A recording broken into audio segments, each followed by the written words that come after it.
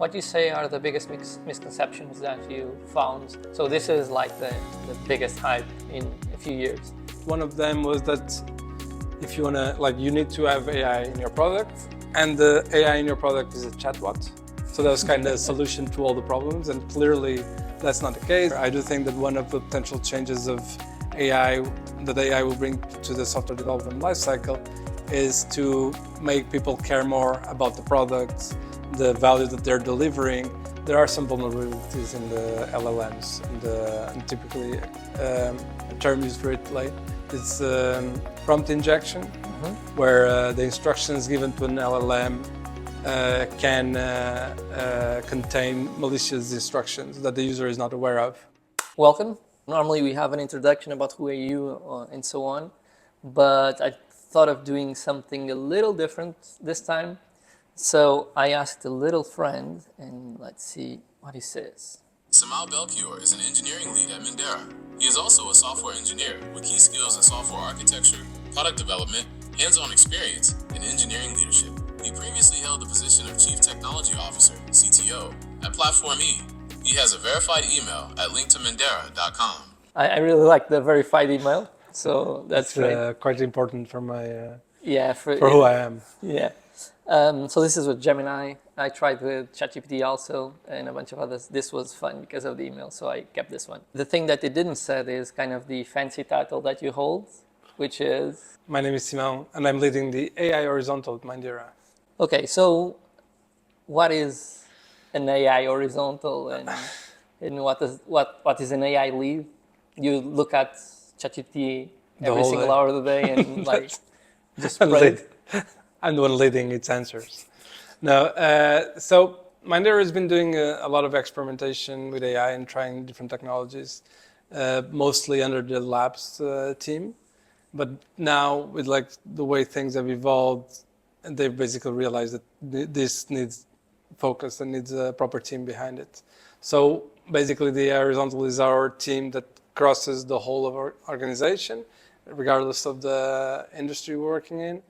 And it's supporting Mindera and Mindera's clients, everyone at Mindera, in using AI, be it as a tool to help in your day-to-day job or to build products with. I'm the lead in the sense that I'm helping put this together, and I'm creating the team and working with everyone at Mindera, but also in particular with the core team and with the core of Mindera to define our strategy, what we're going to do, what we focus on. There is a lot of things being written, being said about AI and LLMs in particular. For me, the path to finding the proper way to stay up to date has been to basically look at Hacker News, Y Combinator, other websites where people share articles, share things that they're working on. People comment, there's big communities around those.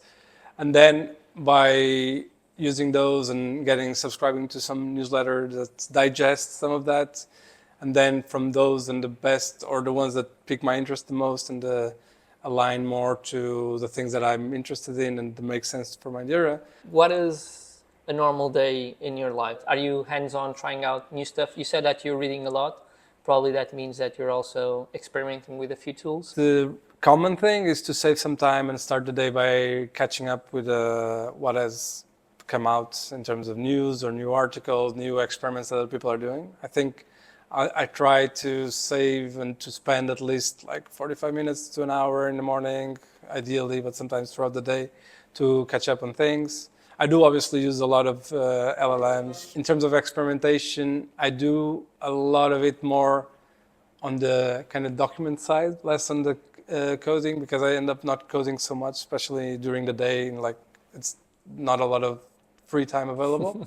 So at night or over the weekends for my pet projects, I do that, and I do use AI as coding assistants. But on the day-to-day, to prepare documents, to review documents, to prepare presentations, I definitely rely a lot on the different models and try to compare the ones that I have available, see what yields better results. We're basically looking at the Mindera services in regards to AI. What can we offer to clients? How can we present them? how can we help the people that speak with clients or potential leads? How do we make them comfortable about AI and what is possible, what is not yet possible, what is fluff or hype? Let me deep dive into that. So what you say are the biggest misconceptions that you found. So this is like the biggest hype in a few years. I think there's two key things that I think are starting maybe to slow down a little, but one of them was that if you want to, like, you need to have AI in your product, and the AI in your product is a chatbot. So that was kind of a solution to all the problems, and clearly that's not the case, and it's not as trivial as one might think. Because of the conception that ChatGPT is AI, right? At the beginning, most of the people was exposed just to that, right? There is a lot that connection, that the best way to take advantage of these technologies are via a chat interface, and then the misconception that a chat interface is the correct user interface for all the things, and it's not true. And obviously, sometimes, or maybe not obviously, but sometimes clicking through 5 options, it's better than you having to write that you want to pick option 1, 2, and 3, or whatever it is. This new technology doesn't throw away everything else that we learned along the way, and the user experience, understanding the domain and what we're building and adjusting to it. It's a new set of tools that are at our disposal, and we can definitely make a lot of cool things, and we can do things that weren't available and possible previously, but they're still under development. There's still some challenges around, on the chatbots topics, around going beyond simple knowledge-based exploration and allowing or creating agents that interact with multiple systems, because there are some vulnerabilities in the LLMs, and typically a term used for it is prompt injection, where the instructions given to an LLM can contain malicious instructions that the user is not aware of. And the LLM on its own, a single LLM on its own, won't be able to, out of the box, distinguish between legitimate instructions and malicious ones. Yeah.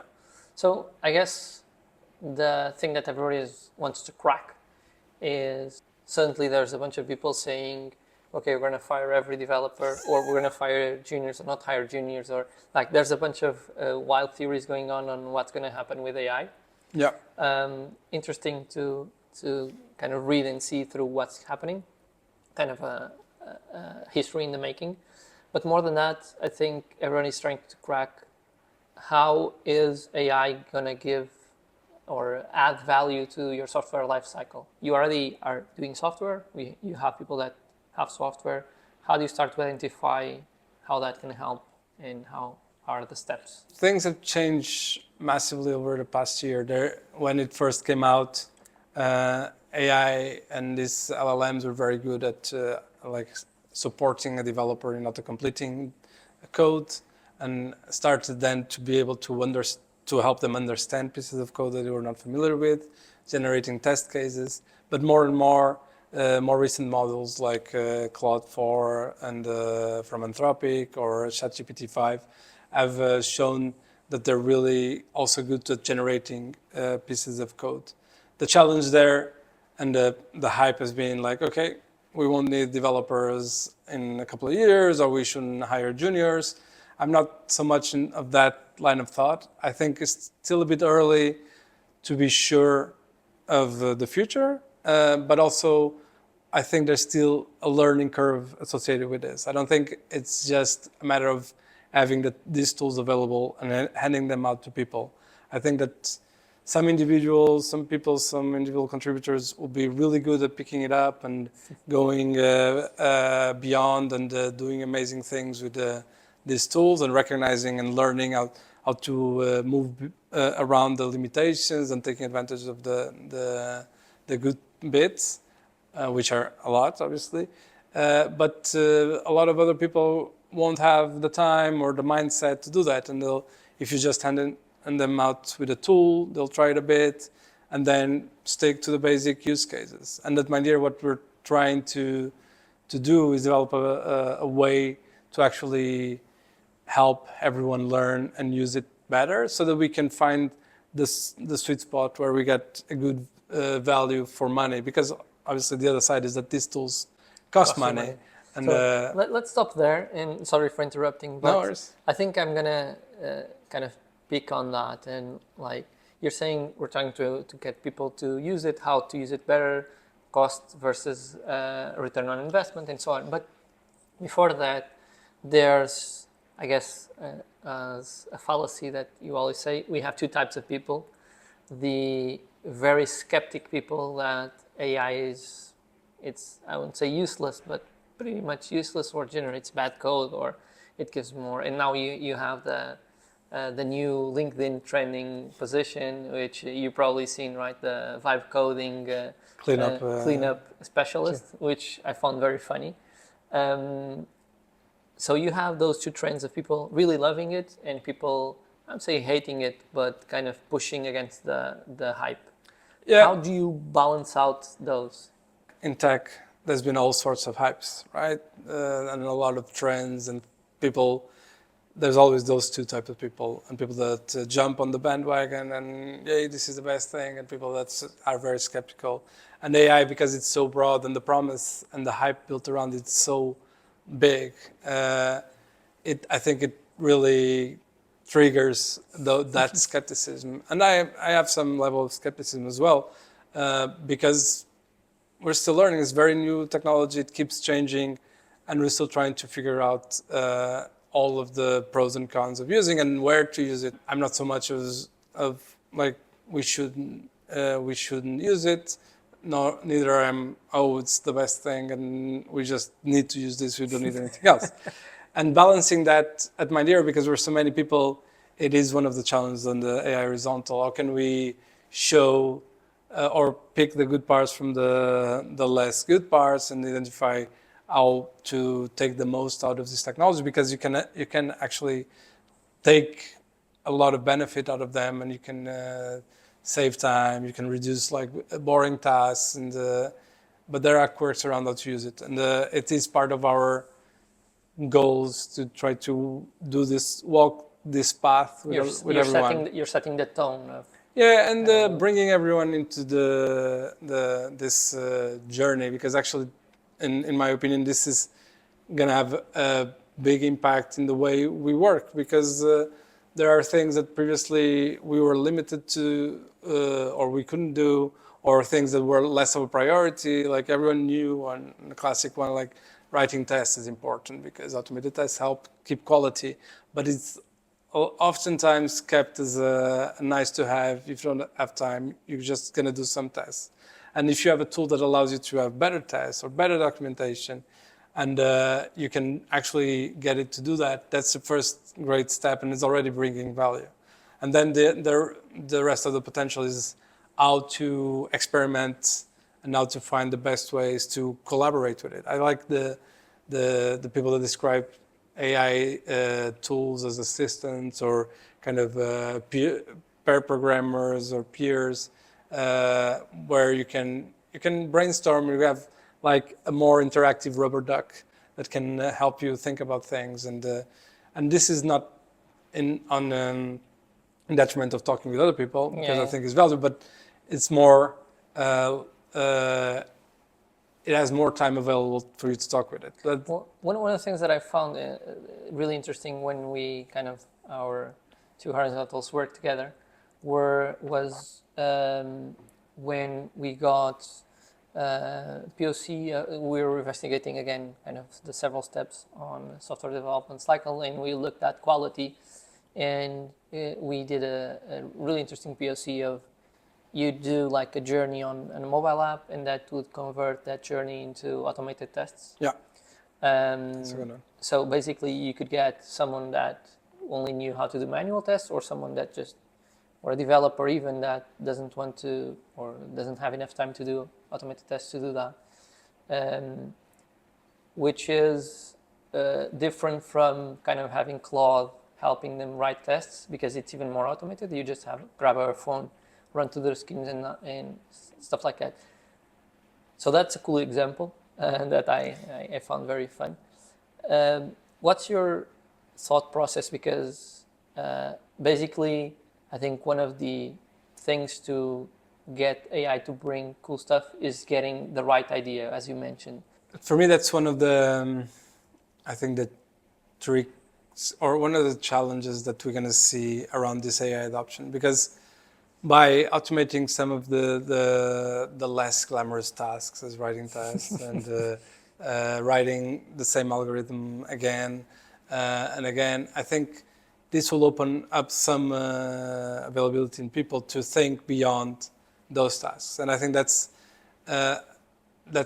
actually going to be, for me at least, interesting, because I always like that side. Besides building the tools or building solutions, to think about what we need to build, how users are going to take value out of it, and which this will be an enabler. I do think that one of the potential changes of AI, that AI will bring to the software development lifecycle, is to make people care more about the products, the value that they're delivering, because some of the other things that were challenging or took time and don't directly connect to this immediate value, but the overall quality, can be automated somehow. And I think that's part of opening up these new use cases, thinking beyond what was possible right now. Because, as you say, this tool could be used by both a manual tester to create automated tests, but also for a developer to generate tests more easily. But for a developer to do that, sometimes they will need to think beyond their set of tasks. They'll need to understand the product, the domain they're working in, which typically the manual testers will understand more because they play through the apps more often than the developers potentially. That can only be beneficial for the products, because the more everyone working on building a solution think about what it's actually the value that's being delivered, the better. And they'll have more critical thinking. They'll go beyond just transforming a spec into code, because they can have more time to think about things. How do you get from kind of what's your process when a company arrives saying, okay, we have this problem, we'll add a chatbot there, as you were mentioning, to kind of step back and say, okay, let's first speak about the problem and kind of look at it, to then understand what's the right solution, right? Because I think most of the times there's a perceived or a perception of where do you want to go, which might not be the best option. That's actually a classic with product development and software development. Very often the clients want or come with a solution for a potential problem. And so they come with, I want to build a chatbot. And with the hype and everyone saying that chatbots are amazing, how do we fit the chatbot in our products? And what I do, or what our team does, is what we always did. So that hasn't changed, which is give a step back and let's talk about the problems that they are trying to solve. What are the main pain points of your product, of your users, and how can we actually solve it? And AI, it's, again, another tool in your tool belt, and it might be amazing for some use cases. It might really be make a real change in the value of the product, but it might not even be necessary. One of the things which relates somewhat to this that I think that AI has brought is that, especially on this AI as a tool to improve the way people work and teams work, is that AI is making a lot of people think about their processes and the way they work. If AI is this amazing tool, how can it help us? And that's a really great thing to happen, because they will stop to look back and see if they're simple processes. They're questioning their work, which is easy to forget to do regularly when you start. Done this, right? Yeah, it's the idea of we've always done it this way. And sometimes even AI will prompt those conversations and we'll have those discussions, and then we find solutions that have nothing to do with AI, where we don't use AI as the technological solution, but it already was useful that it did. It created a discussion. When we do think that going into AI is the right path,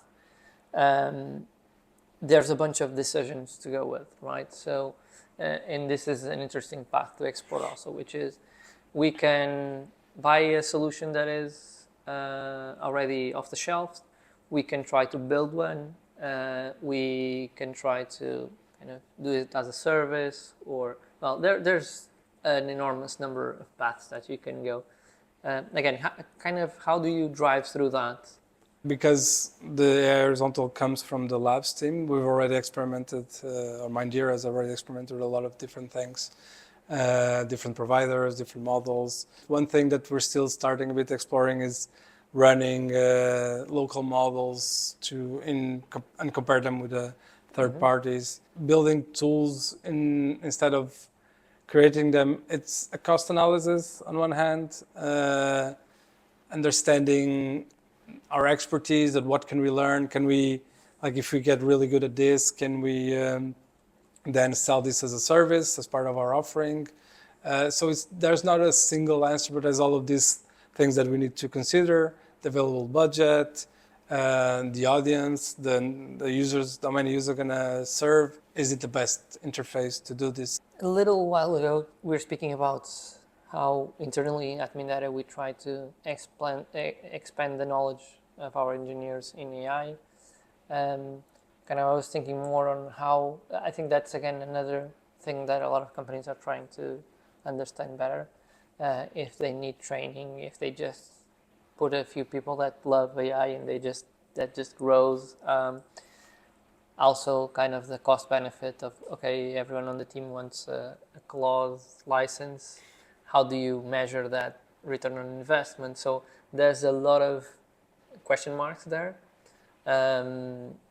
So if you had a team or something, how do you assess kind of what's the best path and the return on investment? So we're creating this kind of framework for AI coaching that starts with an assessment and talking with the team and understanding how familiar they are with the technologies, with the tools at hand, what are they working on, and then planning from there. And then depending on the team and the context, and obviously we work with a lot of clients, so we have to kind of follow their policies in terms of AI tools. So we'll basically use the tools that they provide, or we use the tools that we recommend internally, and then try to set the scenery with a specific challenge, be it a refactor, a new project, maintenance effort, throughout, like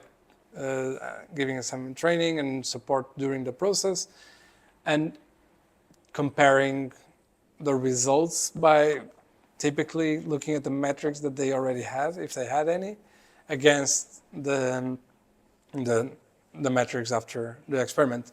It's not linear because measuring productivity and success is still, I think, an unsolved, or at least there's no silver bullet for that. And some people even advocate that instead of productivity, you should measure impacts of what you built, which also has its own challenges. And now I thought you were going to say you ask AI to measure it. Well, you could potentially, but I don't know if all the models will have enough context to measure all the things that you need with all the data that you need. So it is an ongoing conversation, even balancing the costs. There are some articles, people saying that they feel twice or three times more productive than they were before AI, at least in the coding bit, because obviously software development is not just the coding bits, it's everything around it. So sometimes code review, quality, CI/CD review, backlog grooming, understanding the features, discussions, maintenance, paying debt, all of those things. Even if you get 2 to 3 times as productive writing the code, that might not have an impact of 2 or 3 times in your whole day. But they were describing they feel a lot more productive, and they're spending like 1,000 euros a month extra in tools and in APIs. It's company will need to try to measure their return on this. Are we delivering more features that generate value to our customers, and this brings more revenue?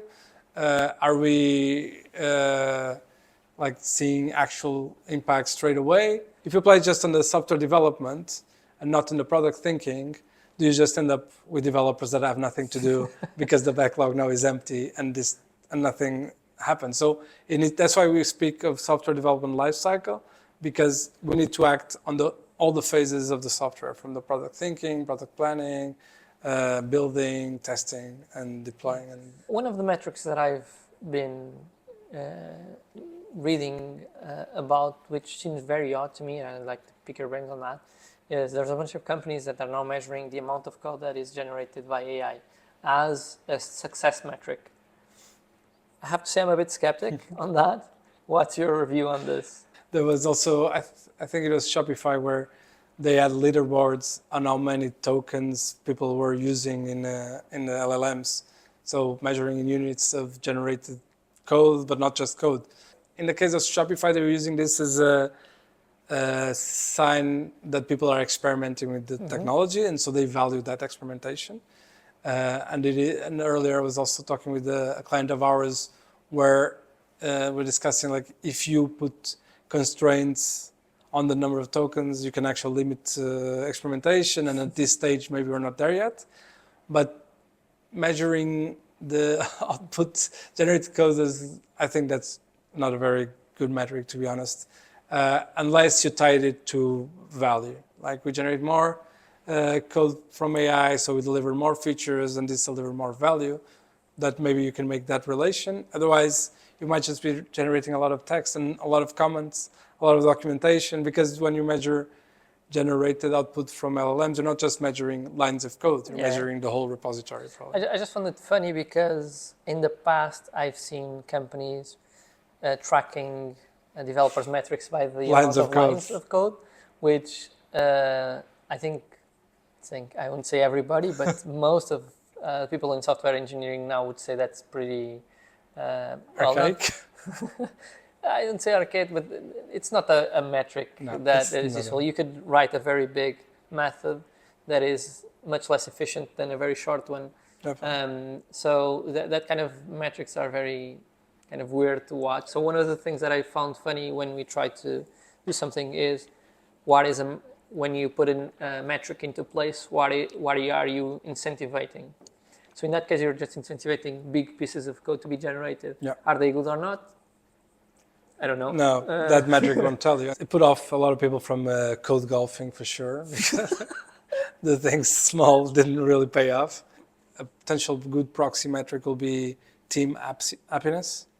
So, because typically people are unhappy if you didn't meet your sprint goals, or if you have a lot of regressions in your code. So if you can actually measure some of that, it might be a good sign that people are enjoying what they're doing and they are meeting their targets. You've been reading a lot, and you've been experimenting and talking with a bunch of different clients, and we're doing some POCs, so a lot of things going on. What are kind of good things that you have seen coming out of this? We have a few interesting examples ongoing. Tools that can help human agents and like sales agents by enhancing their capacity to respond live to clients using LLMs. It's something that we did. Claudio made me very sad because on the last episode on Mindera Labs, he mentioned that Mindera can help a company kind of group all my complaints and treat them in a very smooth way. Well, I really want my complaints to be very annoying. So I became really, really sad, telling them we should not do that. That's my red line on AI. Like, do not kind of do not reduce pain on complaints. That's where I put the line. Well, maybe there's a product there that we need to explore. But there's some things like that, some tools to bridge the gap between documentation and code. So companies that have developer portals, they need people to consume their APIs. It's very easy for documentation to fall behind. You're not a fan of the code should be self-explanatory. Well, I'm not. Just a trick question. Just a trick question now. I am, but not that much that you'd share your code for people to understand your APIs. Yeah, I'm just kidding. So I'm just kidding, because if you're on product, or if you're on any role, you should be able to understand what's happening. And for internal consumption of code by other developers, I think as much as possible the code should be self-explanatory. I don't think it's possible for that to be I enough. know. But Just for a provocation. for external API sharing, you need a bit more because you need a lot of the use cases context, the marketing around it, the product value, and not just the technical value.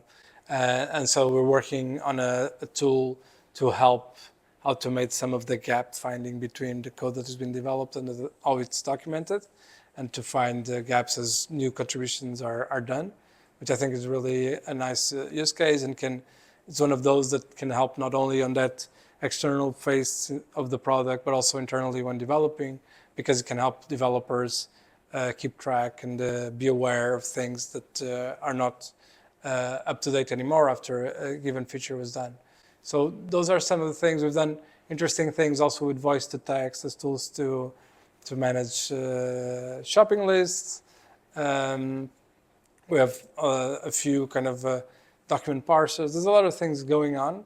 There's also on the SDLC side, we're working on an interesting orchestrator for AI that helps minders at Mindera to work with different LLM providers, with different MCP servers, and also share the way they work across teams.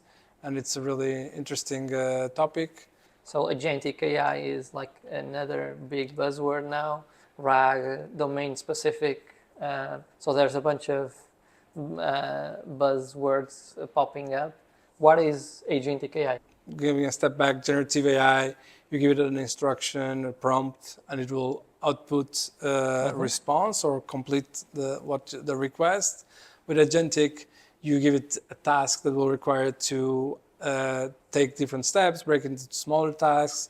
It can lead to interaction with other agents, and basically takes automation of workflows a step further. So we Can you give me kind of an example so it's easy for people to grasp? So you could have an agent connected to your code repository that whenever there's a contribution, so a new code is added and a new pull request is created, it will look at that, compare it with the user story that in the genesis of it, and kind of figure out how complete it is and or it isn't. It could then comment on Jira and could then trigger other steps or alert someone that there's code to be reviewed, So or maybe it's already. The nightmare of the developer, like saying you're missing the unit tests. Exactly, something like that that can interact between different tools and can automate workflows on the software development lifecycle.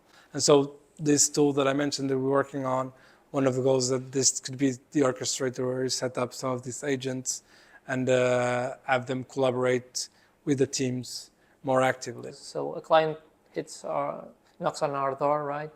And he calls, "Hey, Simão, I heard that Gemini says good things of you. So what exactly can you help me with?"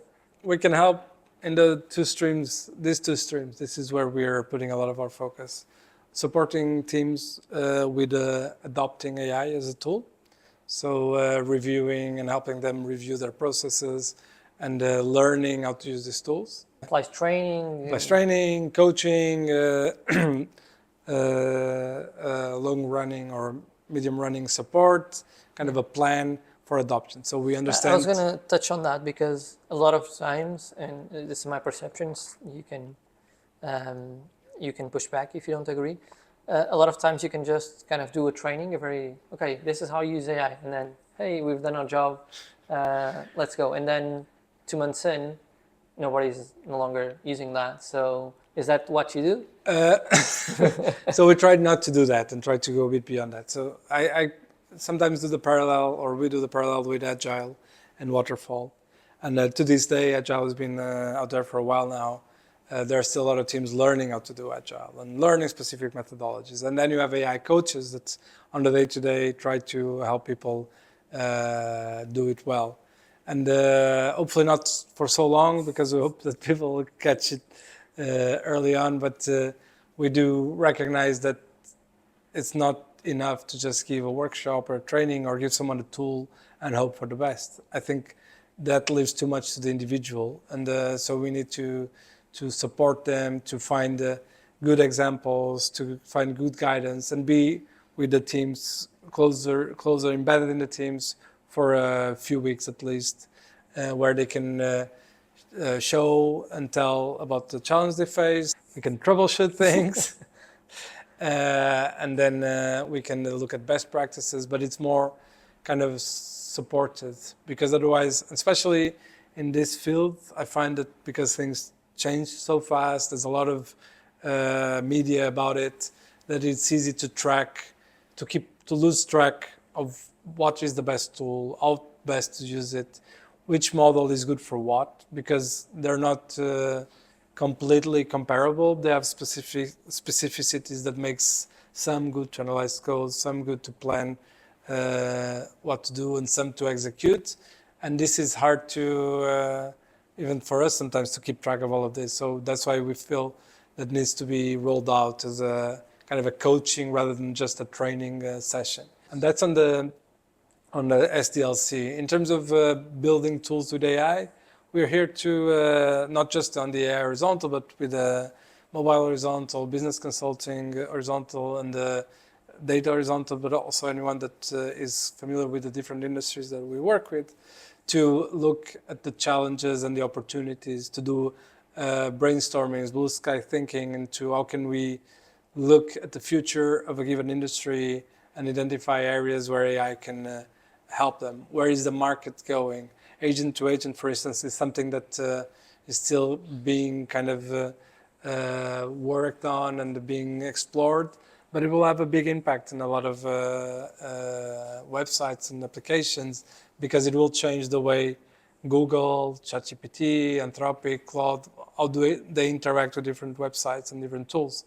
And so we need to be there to support, but also to do the exploration early on, to figure out what might replace or complement the existing REST APIs or SOAP APIs, and how do agents negotiate with each other, how do you upsell or cross-sell using agents, a lot of things to discover, and we're here to support our clients. You know that more fearful than Skynet, I'm more fearful of the agent to agent, because suddenly they will start ordering my food, and you need to only eat broccoli and healthy food, and I'm like, I want a hamburger. No, your cholesterol is too high, you need to just eat that. That's so forget Skynet. So you think you're going to be healthy and unhappy? Yeah, so it's like AI saying like, you're great, and I'm like saying, no, please no. I'm miserable. So if you're hearing this is the worst future ever. Forget about Skynet. Robots fighting us, that's fun.